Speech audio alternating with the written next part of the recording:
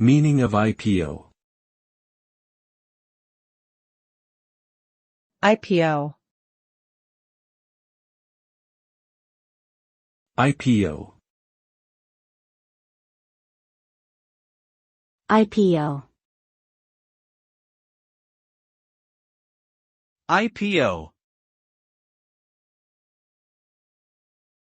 IPO stands for Initial Public Offering, which refers to the first time that a private company offers its shares on a public stock exchange. The purpose of an IPO is to raise capital for the company and provide an opportunity for early investors to sell their shares.